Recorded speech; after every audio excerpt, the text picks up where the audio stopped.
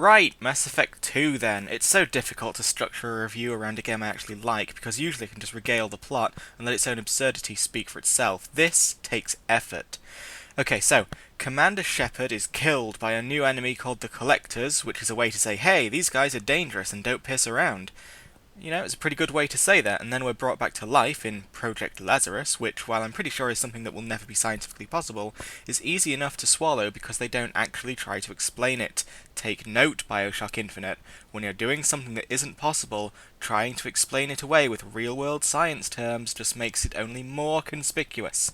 Anyway, now that we're working for Cerberus, a very evil human organization that featured prominently in Mass Effect 1 side quests and the sole survivor background for Shepard, it's actually surprising that Shepard, especially a sole survivor Shepard, doesn't show more disdain for the organisation. The mild level of distrust we get is incredibly tame, and the ability to ask various characters why they hate Cerberus just makes Shepard look like a colossal tool. I understand why the collections are available to be asked. It's for people who either didn't play Mass Effect 1 or who didn't pay attention.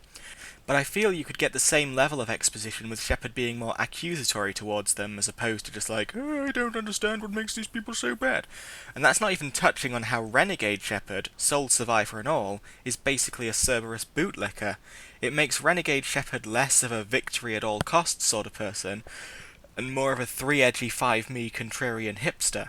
That said, Paragon Shepard now has a much-needed bite, going from overly obsequious, impossible to anger, frustratingly naive, more polite than a Hanar sort of hero, into someone who's finally unwilling to suffer bullshit. In fact, in the context of Cerberus, a Paragon is ironically more rebellious than a renegade. That the Paragon can have a bit of spunk while also retaining their Paragon identity makes me feel that the writing has improved somewhat since Mass Effect 1, at least the writing for Shepard's character. It's less black and white and more lighter and darker shades of grey, which is fitting for Mass Effect 2's darker story overall. Speaking of, it's actually quite surprising how dark Mass Effect 2 gets compared to Mass Effect 1. I mean, Mass Effect 1 had its dark moments and certainly didn't pull any punches. You see someone gored on a spike within the first 10 minutes after all. But Mass Effect 2 throws you deeper into the grit for sure. I don't think there's a single mission where something unpleasant doesn't happen. From a Krogan clone army doomed to a short but frantic life of violence, to a facility that murdered and tortured children, to a megalomaniac with a massive harem of rape victims, there's just not a moment that goes by without something grisly. Which makes sense in that Mass Effect 2 takes place in the shadier Attican Traverse, as opposed to the mostly cut-and-clean council space of Mass Effect 1. But it can be jarring to play, or was it Terminus Systems? Anyway, one of those places. But it can be jarring to play the two games back to back. Though having said that, this is nothing compared to Mass Effect 3, which is just long one traumatic event, really. Also, I do think it's the Terminus Systems, so ignore that Attican Traverse story. But anyway, the plot of a BioWare game is almost secondary to its characters, so let's dive into those. Miranda.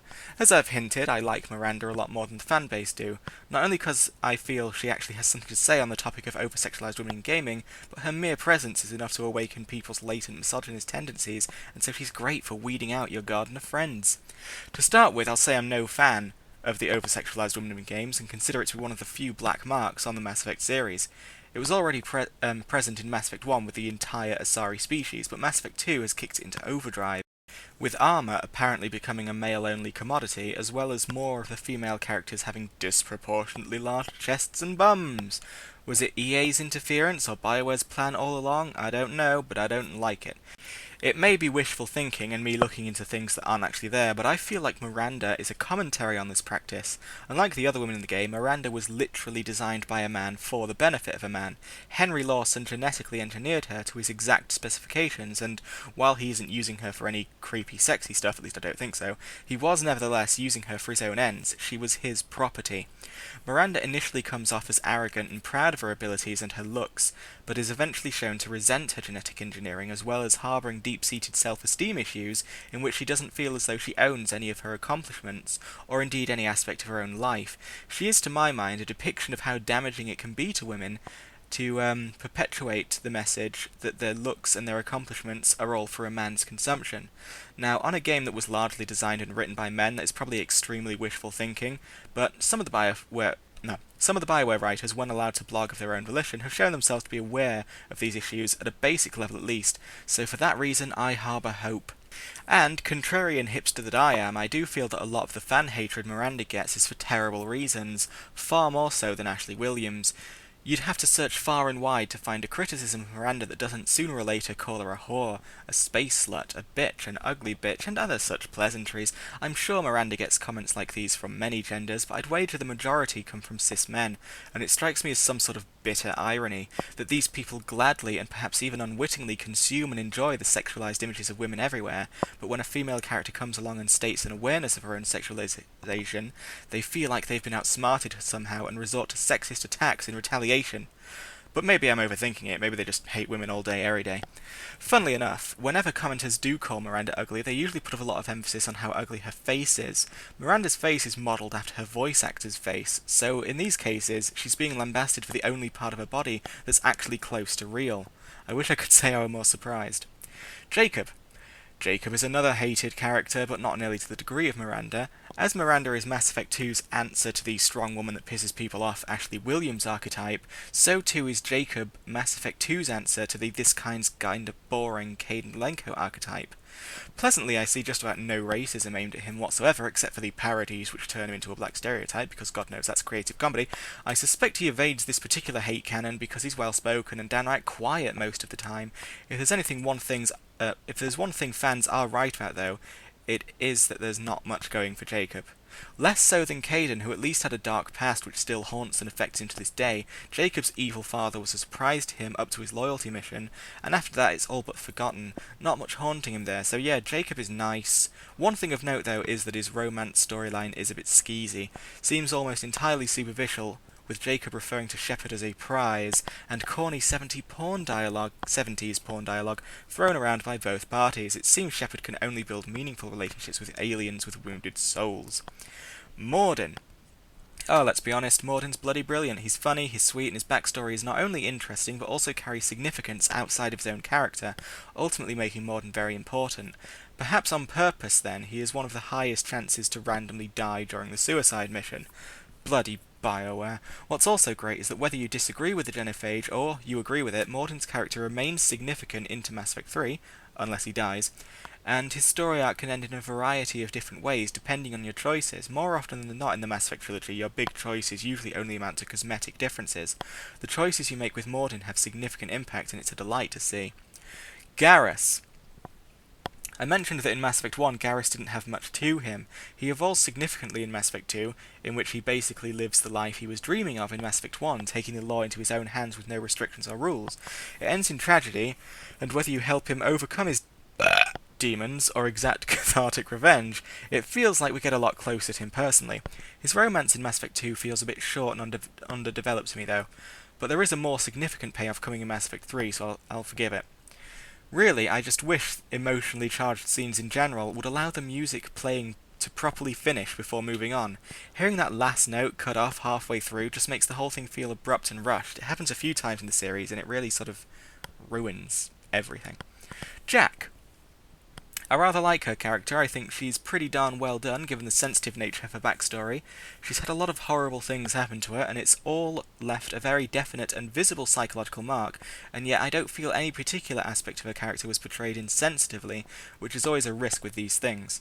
Some of the things she says, and some of the things that have happened to her, such as her uplifting escape story, are a little hard to take and make me uncomfortable, but that's more to do with how horrible it is, rather than it being badly written or anything. Now granted, I haven't romanced Jack with a male Shepard at any point, so I don't quite know how that pans out, but I've not seen any complaints about it, so I can only assume and hope that that was handled sensitively as well. All in all, a very good character with a lot of very dangerous aspects that thankfully weren't fucked up. Tali. Still not really getting much from her. I mean, she's nice and everything, aside from her hatred of the Geth, but I can't fully begrudge her taking that position, given the very biased environment she grew up in. She's got a good heart and is very much a friend to Shepard, but there's nothing particularly special about her in my mind, outside of being a gateway to one of the trilogy's major storylines, the Quarian-Geth conflict. If I could maybe be controversial for a second, though, I have to say I'm not really comfortable with her romance. I mean, she could die. Like, Shepard and Garrus aren't compatible either, but you can still do things without exchanging fluids, whereas Tali can and does get ill by even being slightly intimate with a male Shepard. Now, it's all consensual, Tali says it's worth it, and Paragon Shepard at least is very concerned and understanding, but just the idea that she's going to suffer every time they're intimate rubs me the wrong way. But at the same time, I'm not going to condemn people who like the Tali romance storyline, it's just not for me. Thane. He's not the most popular character, but the fan club he does have seems to be incredibly passionate about him. Garrus's large fan base seems to be comprised of all genders, whereas Thane has the highest concentration of fangirls out of any character. Now, I could be wrong, I don't have cold hard stats, but just what I see and read online seems to suggest that Thane is popular with the ladies. I know anecdotal evidence is crap evidence, but I'm talking about who likes a fictional character here rather than anything really important, so forgive me my lax research.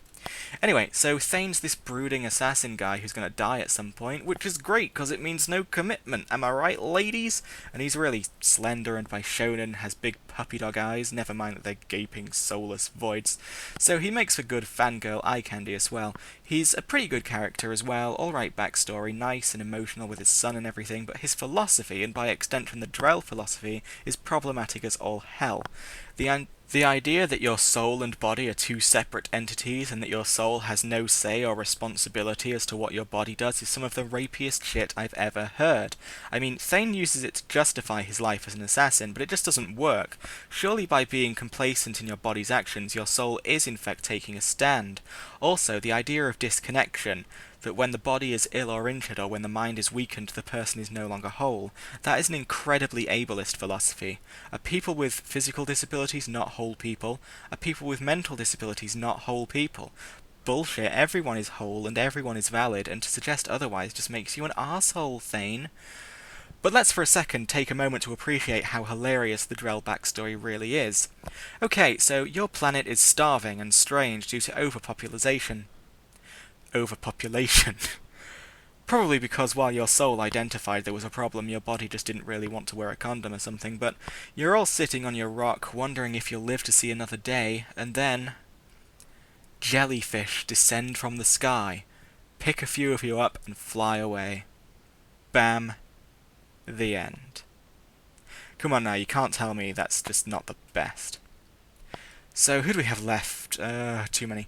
Samara is alright, decent concept, but not much of a character behind it. Zaid is by all accounts a complete dick, but he's voiced by Saris, so that's cool. Kasumi is just lovely and is totally Tasha Shepard's sister next to Miranda. Legion is a very cool idea, and like Tali is a big gateway into a very interesting storyline, but he shows up way too late into the game. Like, you can recruit Legion quite early and really get to know him, but it comes at the cost of all your crew dying because they get kidnapped shortly after the Reaper IFF mission, and if you don't save them straight away, they're doomed. But I have checked up on what Legion can potentially talk about if you have him around longer, and it is pretty interesting. Particularly the idea that the Geth are endeavouring to upload their consciousness into a Dyson sphere and basically become like a Reaper, but benevolent, obviously, which is all the more frustrating that this exposition is so difficult to see in a normal playthrough. So that's all my ramblings on the characters over, let's just wrap it up. Mass Effect 2 is a weird game on paper, you're spending pretty much the whole time just gearing up to take on one mission. The plot doesn't really move forwards.